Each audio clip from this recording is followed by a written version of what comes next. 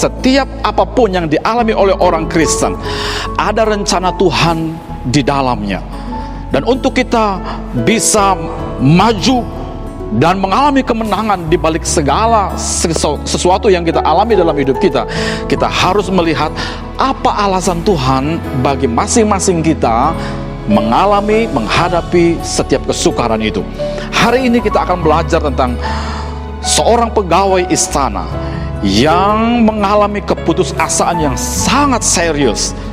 Namun ketika dia berjumpa dengan Yesus, dia mengalami kelepasan yang luar biasa. Kadang-kadang agenda kita harus harus disesuaikan, harus kita adaptasikan dengan apa yang Tuhan mau, atau dengan agenda atau dengan rencana Tuhan dalam hidup kita. Itu sebabnya banyak orang Kristen banyak kecewa dengan Tuhan, karena mereka sudah punya segudang rencana, punya segudang pemikiran, punya segudang schedule pada waktu mereka bertemu dengan Tuhan dan berdoa dengan Tuhan, dan mereka menyatakan apa yang mereka mau. Tetapi ketika Tuhan menyatakan kehendaknya dan rencananya, banyak orang tidak siap dengan apa yang Tuhan pikirkan.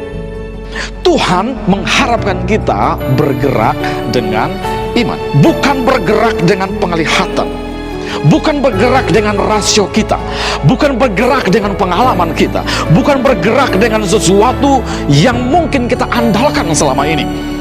Oleh karena itu, saudaraku yang terkasih, Yesus mengajar kita semua supaya kita menggerakkan iman kita.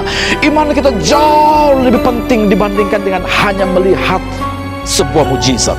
Kadang-kadang mujizat tidak memunculkan iman dalam hidup kita, karena ada begitu banyak orang melihat Yesus, begitu banyak orang memperhatikan mujizat Yesus, begitu banyak orang berpengalaman dengan apa yang Yesus kerjakan, tetapi mereka gagal beriman.